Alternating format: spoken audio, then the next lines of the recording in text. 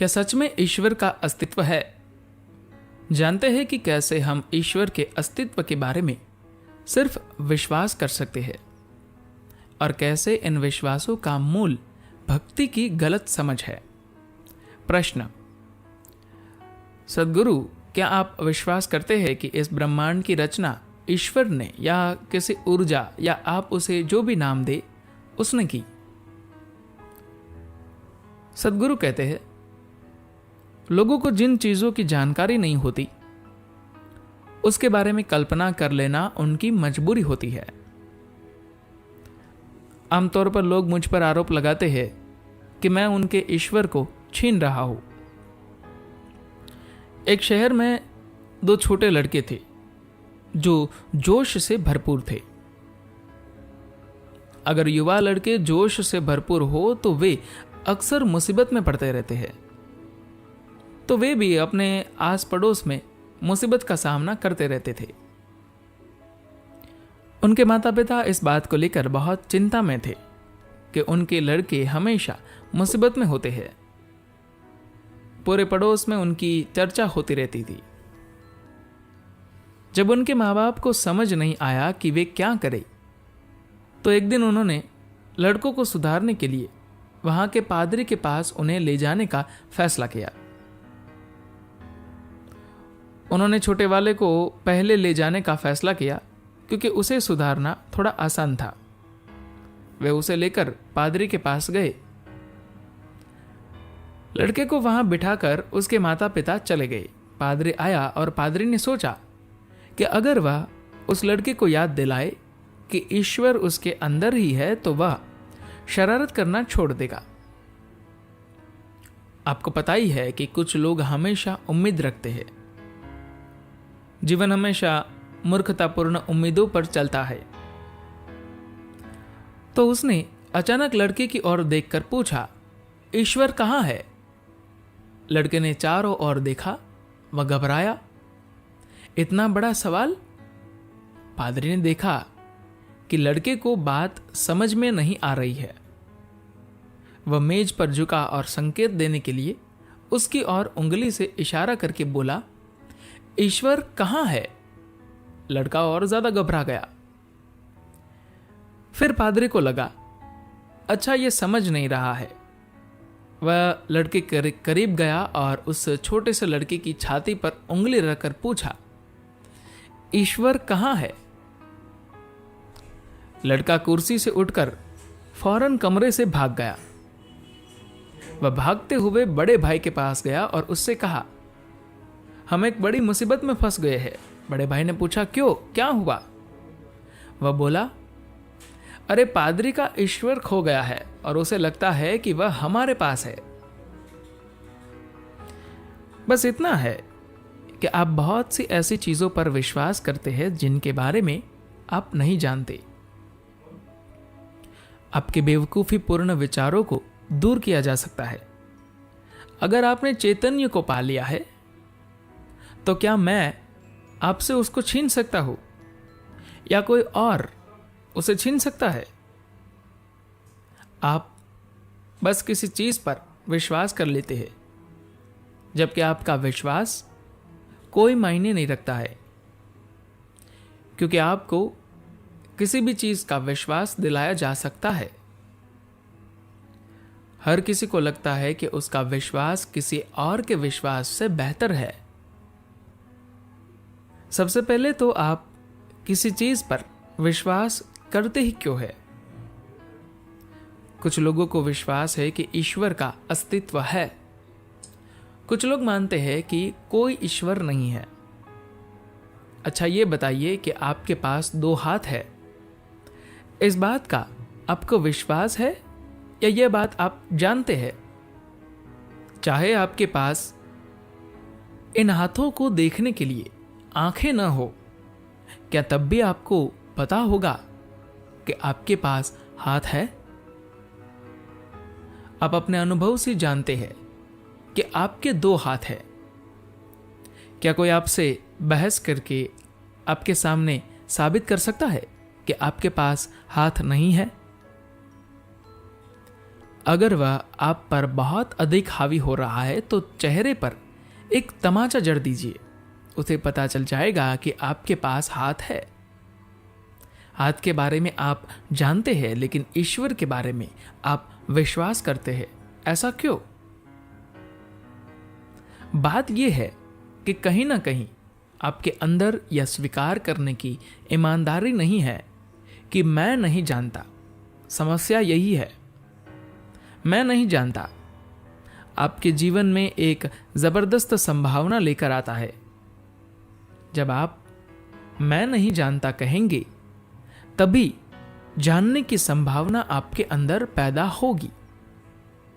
अगर आप मैं नहीं जानता को नष्ट कर देते हैं, तो आप जानने की सारी संभावनाओं को भी नष्ट कर देते हैं। हम मूल बात पर आते हैं। अपने सृष्टा के बारे में कल्पना कब की? जब आप पैदा हुए और अपनी आंखें खोली तो सृष्टि सामने थी। साफ तौर पर उसे आपने नहीं बनाया। तो फिर किसी ना किसी ने इसकी रचना की होगी। ये एक सरल विचार है। इसी आधार पर हर संस्कृति ने ईश्वर के बारे में अपनी अपनी धारणा बना ली।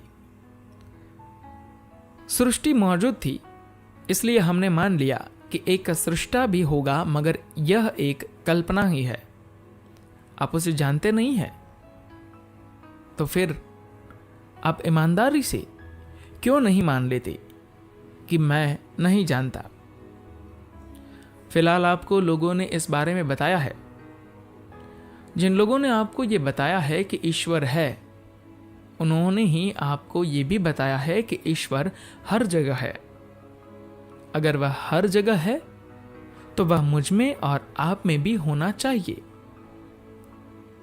आप जिसे ईश्वर कहते हैं, अगर वह आपके अंदर है और आपने इसका अनुभव नहीं किया है, तो क्या कहीं और उसका अनुभव करने की संभावना है? बिल्कुल नहीं है।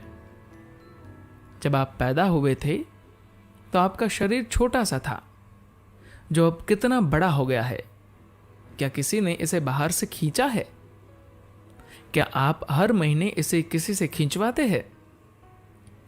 जिसे आप ईश्वर कहते हैं, वह आपके भीतर से काम कर रहा है। वह हर पल आपके भीतर से संचालित हो रहा है। इसलिए अगर ईश्वर यही है और फिर भी आपने उसका अनुभव नहीं किया है, तो क्या आप कहीं और उसका अनुभव कर पाएंगे? कभी भी नहीं। सृष्टि की प्रक्रिया ठीक यही आपके भीतर घटित हो रही है। यह सबसे करीबी सृष्टि और यही सबसे करीबी सृष्टा है जिसे आप जानते हैं। अगर आप यहां उसका अनुभव नहीं कर सकते, तो कहीं और उसका अनुभव करने की कोई संभावना नहीं है। तब केवल मति भ्रम हो सकता है। जब मैं सिर्फ 10-11 साल का था, तब ये सब बातें मुझे बहुत कौतूहलपूर्ण लगती थी। मैं जाकर अपने शहर के एक बड़े मंदिर के सामने बैठ गया। मैं देखना चाहता था कि लोग कैसे अंदर जाकर ईश्वर से मिलते हैं और जब बाहर आते हैं तो उनके साथ क्या होता है। मैं वहां बैठकर कई दिनों तक सिर्फ लोगों को ध्यान से देखता रहा। मुझे बस यही दिखाई दिया कि लोग अंदर जाते थे, बाहर आकर मंदिर में दिखाई दिए किसी शख्स के बारे में बातें करते थे, और अगर बाहर आने पर उन्हें पता चलता कि उनकी पुरानी चप्पलें किसी और के साथ चली गई है, तो वे सृष्टा और सृष्टि को कोसने लगते। मुझे हमेशा रेस्टोरेंट से बाहर आते लोगों के चेहरों पर मंदिर से निकलने वाले लोगों से ज्यादा खुशी और शांति दिखती थी। यह दुर्भाग्यपूर्ण है मगर सच है। जो लोग ईश्वर से मिलकर आते हैं, उन्हें तो आनंद पूर्वक बाहर आना चाहिए, मगर ऐसा नहीं होता। ज्यादातर समय ऐसा नहीं होता। ऐसा नहीं है कि मंदिर में कुछ गड़बड़ है। बात बस इतनी है कि अगर आप अपने अंदर की चीज का अनुभव करने में समर्थ नहीं है, तो आप निश्चित तौर पर अपने बाहर की किसी चीज का अनुभव करने में भी असमर्थ होगे। आप सिर्फ कल्पना कर सकते हैं, आप सिर्फ अपने जीवन में तसल्ली और सहारे के लिए प्रतीकों और विश्वास का इस्तेमाल कर सकते हैं। आप किसी चीज में विश्वास करते हुए आज रात थोड़ी बेहतर नींद ले सकते हैं।